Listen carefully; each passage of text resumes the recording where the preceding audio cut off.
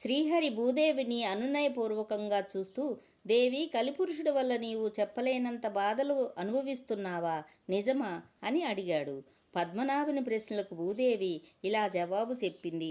పురుషోత్తమ, మీ కృష్ణావతార పరిసమాప్తితో పాటు ద్వాపరయుగము కూడా సమాప్తమైనట్లు నీకు తెలుసు. ఆ కాలము నాటి పార్థుని మనుమడైన పరీక్షితుడు భరత ఖండాన్ని పాలించడానికి వారసుడయ్యాడు. ఆ పరీక్షితుడు కాలంలో కలిప్రేరణ చేత ధర్మదేవత గోరూపమున ఒంటికాలిపై నిలిచి దుఃఖించుచున్న సమయంలో కలిపురుషుడు శూద్రుని రూపం ధరించి ధర్మదేవతను తన పాదములతో తన్ని హింసించసాగెను. గోవుని హింసించడం మహాపాతకం అని వేదములు పలుకుచున్నవి. అట్టి వేదభూమిలో గోహింసకు కారణం కలిధర్మమని గ్రహించిన పరీక్షితుడు ఆ కలికి కొన్ని ఆంక్షలు విధించి గోవును రక్షించి తిరిగి ధర్మదేవతను 4 పాదములపై నిలబెట్టాడు. పరీక్షితుని అనంతరము అతని కుమారుడు జనమేజయుడు అతని తదనంతరం వారి సంతతి వారు కలియుగమునందు దాదాపు 300 సంవత్సరములు కాలం ధర్మ మార్గంలో రాజ్యాన్ని పాలించారు. ఆ తరువాత విక్రమార్కుడు, అతడి అనంతరం శాలివాహనుడు ధర్మబద్ధులై భరతఖండాన్ని పాలించారు. శాలివాహన శకం ప్రారంభమై 1258 సంవత్సరములు గడిచిన పిదప హరిహరరాయలు అనే గొంది రాజ్యమునకు ప్రభువై ధర్మపాలన చేస్తూ విజయనగరమును నిర్మించి దానినే రాజధానిగా చేసుకొని 15 సంవత్సరములు ధర్మపాలన గావించాడు. ఆ తదుపరి అతని తమ్ముడైన బుక్కరాయలు 2 సంవత్సరాల 6 మాసాలు పాలించగా తదుపరి రెండవ హరిహరరాయలు 23 సంవత్సరాలు అనంతరం బుక్కరాయలు 16 సంవత్సరాలు పాలించారు. ఇలా రాయల వంశస్థుల పాలనలో ధర్మము ఆచరించబడింది. వీరిలో ఆఖరువాడైన రామరాజుతో విజయనగర సామ్రాజ్యము అంతమైంది. దేవా, విజయనగర సామ్రాజ్య పతనంతోటే నా కష్టాలు మొదలైనవి. మ్లేచ్చులు, కిరస్తానీలు, తురుష్కులు, పరదేశీయులు భరతఖండమందు తమ రాజ్యములను స్థాపించుకోవడానికై భారతీయులకు కళ్ళు, గంజాయి, నల్లమందు, సారాయి తదితర మత్తు పదార్థాలను అలవాటు చేశారు. ఆ మద్యపానాదులచే వ్యసనపరులైన నా బిడ్డలు జూదరులు, వ్యభిచారులు, చోరులు, స్వార్థపరులు, కుతుక్స్థుతులు అయ్యి తమ ప్రవర్తనలతో ఒక్కొక్కడు ఒక్కొక్క మానవ రూప దానవులయ్యారు. నేడు లోకమందు ఎక్కడ వెతికి చూచినా జ్ఞానం అనే మాట కనిపించదు. గుణశీలముల కన్నా ధనమే గౌరవింపబడుతుంది. మహాత్ముల ప్రయోజనాలు అప్రియములయ్యాయి.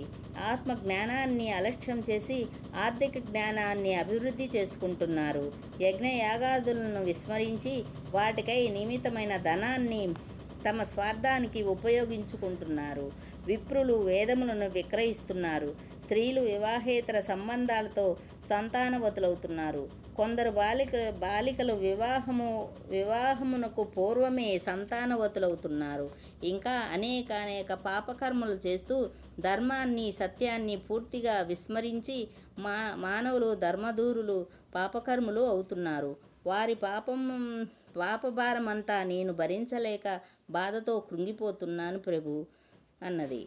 ప్రభు, నా బాధ నీకు తెలుసు, నా భయము నీకు తెలుసు. కృత, త్రేత, ద్వాపర యుగాలలో నీవు అవతరించి దుష్ట సంహారం చేసి భూభారాన్ని తగ్గించావు, కృతజ్ఞురాలని. కానీ ప్రభు, ఇప్పుడు అలా కాదు. దుష్టులు, దుర్మార్గులు అందరూ మన బిడ్డలే. నీవు దుష్ట సంహారం మొదలు పెడితే మన బిడ్డలలో ఒక్కరు కూడా మిగలరు. అది మరింత దుఃఖం.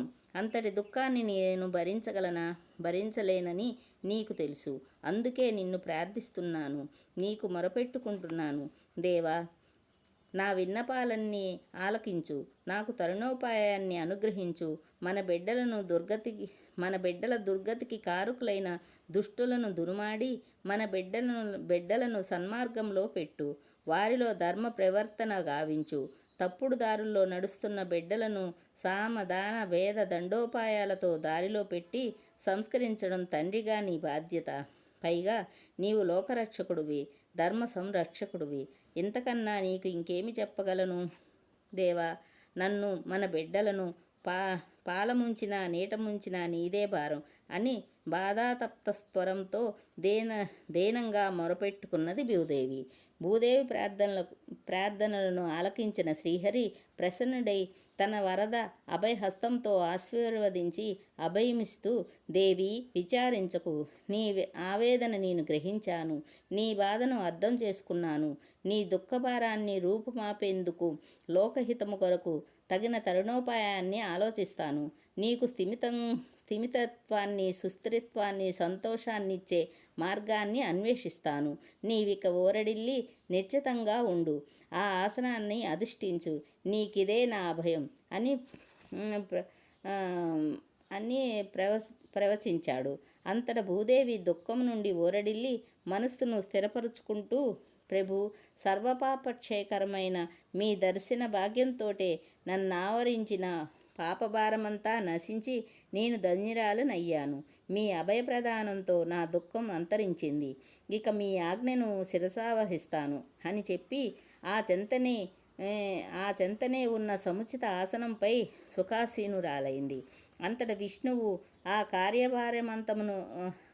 కార్యభారమును వహించుచు ఉపాయము గురించి యోచించి ఆ కార్యభారమునందు తనతో పాటు భాగము పంచుకోవడానికి బ్రహ్మ మహేశ్వరులు కూడా అవసరమని భావించి వారిరుని మనసులో స్మరిస్తూ తన సుముఖమునకు ఆహ్వానించాడు.